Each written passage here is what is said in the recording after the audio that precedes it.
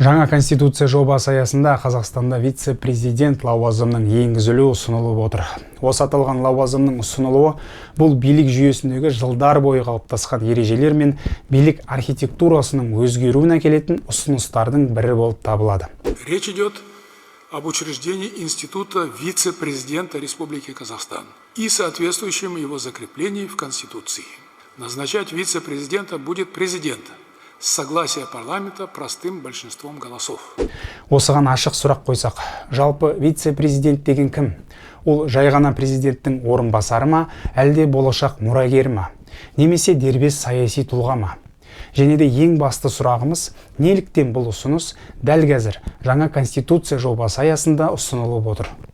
Бұл жолаушы, жол жүректілерге. Вице-президент президенттік басқару жүйесіндегі мемлекеттің екінші тұлғасы. Негізгі функцияларын айта кетсек, мемлекет басшысының ресми орынбасары болып, және қажет жағдайда оның өкілеттігін уақытша атқарып отыратын тұлға. Әдетте президент болмаған кезде оның міндетін атқарып, халықаралық келіссөздерге қатысып, ең бастысы биліктің құлдырамауын қамтамасыз етіп отырады. Бірақ президент адам ғой. Сол себептен әртүрлі жағдай болуы мүмкін. Президенттің қасында вице-президент өзі тағайындайды, және кез келген саяси өзгерістерде кім біледі, ауырып қалады, басқа болады алдағы уақытта. Сонда сенат болашақ құрылтай вице-президент отырған кезде президенттің билігіне таласпайды. Бірақ кейбір елдерде құр символдық тұлға болып, ал кей жерлерде ықпалды саяси фигура болып кететіні белгілі. Thank you. Vice President Biden, Vice President. That was a joke.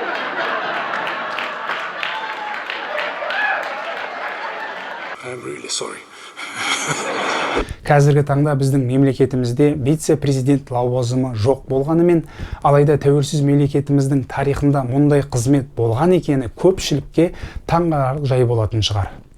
90-шы жылдардың басында ел өзінің мемлекеттік құрылымын енді қалыптастырып жатқан кезде 1991 жылы вице-президент лауазымы енгізіліп, оны Ерік Асанбаев деген кісі атқарған екен. Вице-президент Ерік Асанбаев ақш пен Еуропа мемлекеттерінен біздің республикамызға қаржы министрлігінің шақыруымен келген салық және инвестиция жөніндегі халықаралық орталықтың сарапшылар тобын қабылдады. Алайда 1995 жылы қазіргі қолданыстағы конституциямыз қабылданғаннан кейін вице-президент институты жойылып, содан бері Қазақстанда бұл лауазымның жоқ екені белгілі. I'm really sorry.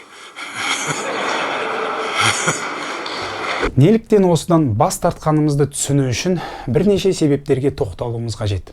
Ең біріншіден, атқарушы биліктің бүкіл жүйесі президенттің айналасына шоғырланған болған жағдайда, ондай жүйеде қосымша екінші билік орталығының қажет емес екені түсінікті болар. Назарбаев.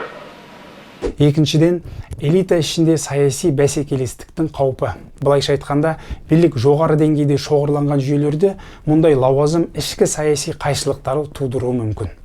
Ал енді біздің қазіргі мемлекетімізге бұл лауазымның жаңадан пайда болуы не әкелетініне тоқталсақ, стратегиялық тұрғыдан қарасақ, вице-президент лауазымы не саяси бәсекелестіктің қайнар көзіне, немесе конституцияның тұрақты құралына айналуы мүмкін. Мысал ретінде Америка Құрама Штаттарын алсақ, вице-президент қызметі 1789 жылдан бері бар екені белгілі. Қазіргі таңда бұл лауазымды Камала Харрис атқарып отырғаны мәлім. ақш конституциясына сәйкес вице-президент атқарушы биліктегі екінші тұлға болып табылады. Президент қайтыс болған немесе түрлі себеппен қызметтен кеткен жағдайда автоматты түрде оның орнына келіп, келесі президент сайлауына дейін президент қызметін атқарып отырады. Thank you, Mr. Vice President. ақш тарихында 9 вице-президент президенттің өкілеттігін толық қабылданғаны белгілі. Мысал ретінде, Джон Кеннеди қаза тапқаннан кейін президент өкілеттігін Линдон Джонсон қабылданғанын, ал Ричард Никсон отставкаға кеткен сәтте билік Джеральд Фордтың қолына келгенін білеміз. Бұл бастама жаңа конституцияның жобасы аясында көтерілгені және бұл ұсынысты енгізу осы жобаның бөлігі ретінде айтылуы өте маңызды. Себебі бұл әңгіменің барлығы жай ғана лауазым туралы болмаса, бұл билік иелерінің арасындағы өкілеттіктерді қайта бөлу, институттар арасындағы тепе-теңдікті өзгерту және жүйені тұрақты ету талпынысы ретінде түсінуге болады. Осы контексте вице-президент жаңа құрылымның маңызды элементі болып саналады. Себебі биліктің шоғырлануы бір тұлғаның астында емес, бұл жағдайда жүйе құрылымына сүйенетін болады. Билік сабақтастығы айқын болып, дағдарыс кезінде жүйе тоқтамай, тұрақты жұмыс істейтін болады. Өзіміз тізбесін жасап көрейік. Президент, вице-президент, құрылтай спикері төрағасы, премьер-министр. Ал енді мүмкін болатын кемшіліктеріне тоқталып өтсек, егер вице-президент сайланбай, өз қызметіне президентпен тағайындалса, онда ол президентке толық тәуелді тұлғаға айналып кетудің қаупі бар. Ата заңның ішінде өкілеттіктері нақты көрсетілмесе, онда жұмыс істеу барысында билік өкілдерінің арасында түсініксіз туындауы ықтимал. Және де бұл лауазым автоматты түрде болашақ билік мәселесін қозғап, элиталардың бәсекелестігін одан ары арттыруы мүмкін. Қорытындылап келсек, вице-президент лауазымын енгізу бұл жаңа билік жүйесін жаңартуға бағытталған әрекет ретінде тұрақтылықтың кепілі ретінде қарастырылатын ұсыныс.